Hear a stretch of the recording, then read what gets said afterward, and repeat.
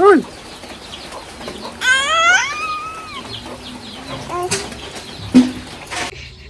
Cảm giác này.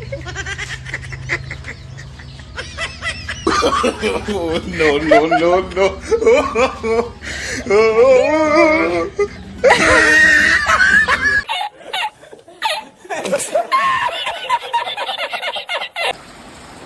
Guys, man, Hampe नहीं लगा तो बड़े बड़ी. Hello everyone, welcome back to my YouTube channel. आप सभी को मेरा YouTube चैनल पे स्वागत करता हूँ दोस्तों. And good morning everyone.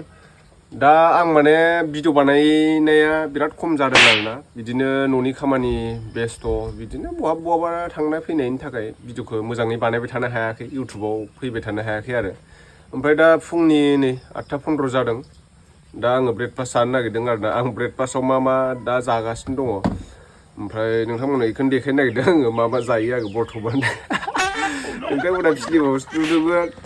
बाहाजोंनो जाथो आङो काजु बादाम किसमिस माबा जागोन दा.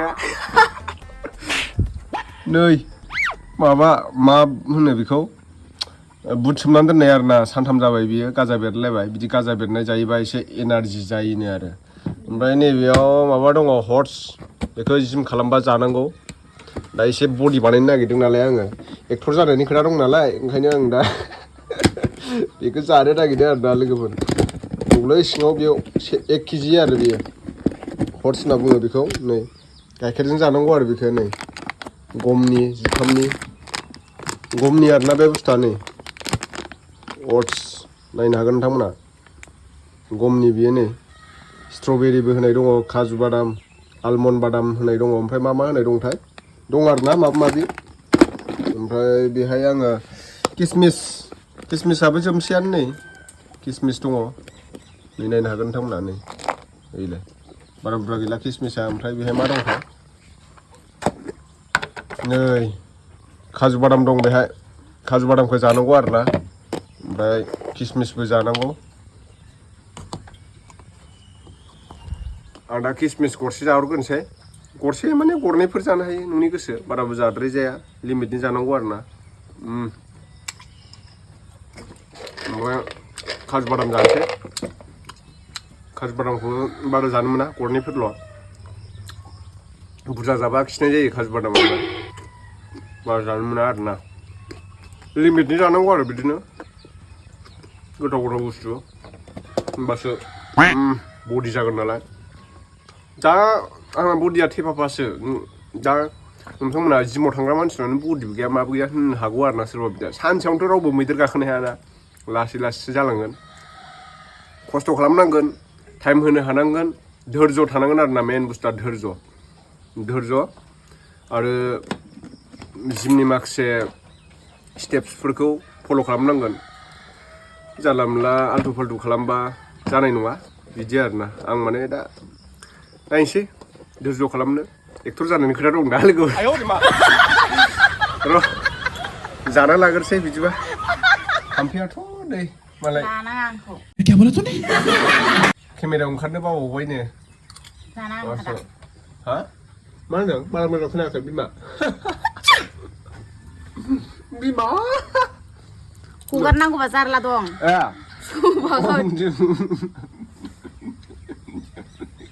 मिनिना मोनदों दा. नानिखौ जानायखाय मानसिया ओंखारनो बादों आरोना. इसेल' आगारलाय आंखौ. इसेल' बुरजाखौनो आगारगोन आं. मा इसेल' आगारनो? इसेल' आगारनानै जेबो जानाय नङा होमबा रायजोफोर? नायलाय लोगोफोर हाम्पेया मा लाबोनो होयो. माबा मैला नांदोंलै र' बेनाव फुगारना होनां. खिबुआव मैला नांदों फुगारना होनां.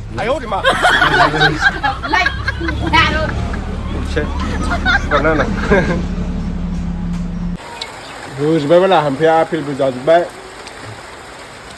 दावदैखौबो खतम खालामजोब्बाय बाला. जादों. दैखामोन नालाय दैसल' आनो होफ्लानानै ओमफ्राय दैसे जाहैबावनोसै. आंना साम' सुखांना फैबाय स्लिम जाबावो दैनिखौ जालायखो. नालाय बडिया बिराद जाबादोंथ'. बहा दावराव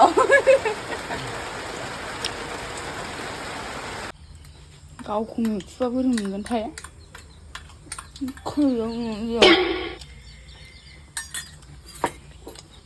अमा जाहै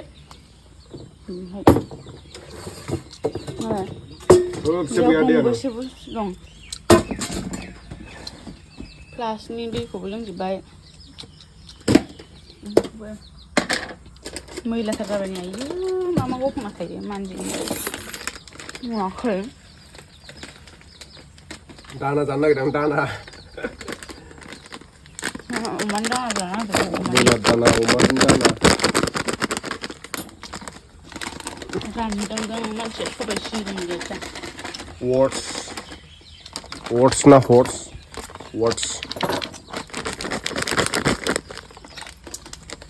गाइखेरबो गैया गाइखेरजोंसो जानो होदों आंहा जिम लानायनि गोदाव मोनजानांगौ गावहासो जाबावो नालाय दावदैखौ एसेल' नंदों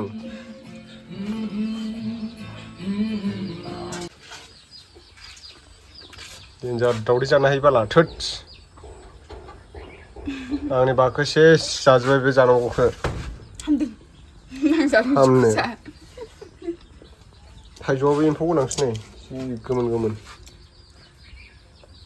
मा जाखो आरो बेयावथ' पकरि लाबोबावदोंमोन आं बेखौबो जाजोब्बाय दावदैयाबो टिफिनसेमोन जाजोब्बाय बेखौबो जादों जाबा फुंद्रा नङाबा खाव साव So guys अभी मैं दुनिया का सबसे मीठा आम खाने वाला हूँ क्योंकि आप लोग वीडियो को एंड तक देखते रहेगा और अच्छा लगा तो कमेंट कीजिएगा और चैनल पे नया है तो मेरे वीडियो को आप लोग पहले बार देख रहे हैं तो चैनल को सब्सक्राइब कीजिए सब्सक्राइब करने के साथ बेल आइकन को भी प्रेस करना ना भूलिएगा दोस्तों अभी मैं आम खाने वाला हूँ क्योंकि ये आम को हम लोग का बोडो में इसको थाइजो बोला जाता है थाइजो को अभी मैं जाबाई करता हूँ आप लोग वीडियो को एंड तक देखते रहेगा है कि नहीं दोस्तों भाई साहब कुछ ज़्यादा नहीं हो गया मतलब कुछ भी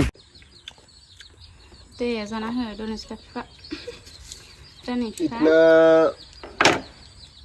अच्छा नहीं है लेकिन हाँ बहुत टेस्टी है बहुत मीठे है ये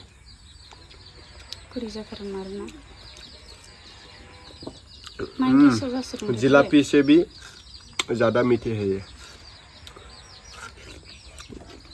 आज तो जिम नहीं है इसलिए खा रहा हूँ मैं आज संडे ना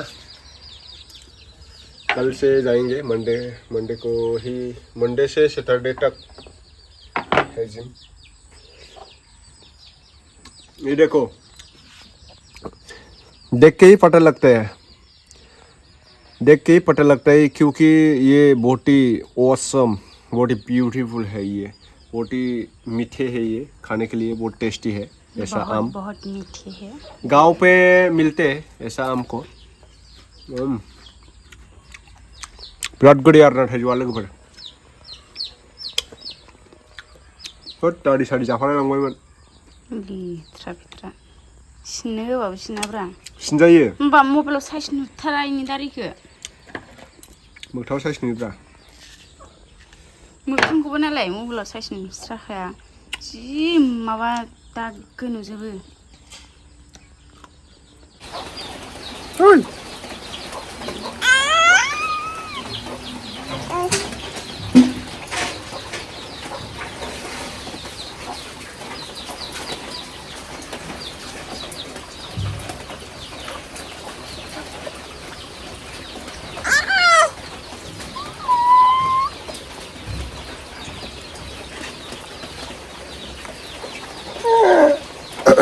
राभाफोरनि माबा मा थाय बारा बुजियासै आं नै मानिबा माबा लिरदों नै बुरजा मानसि मानिबा आन्दलन दं खोमा बिसिनि राभाना मिथिंखाय मा होनबावगोन बारा बुजिला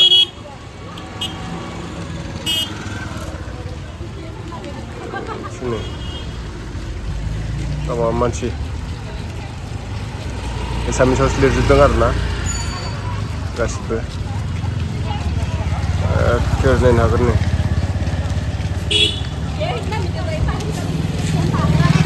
गोलाव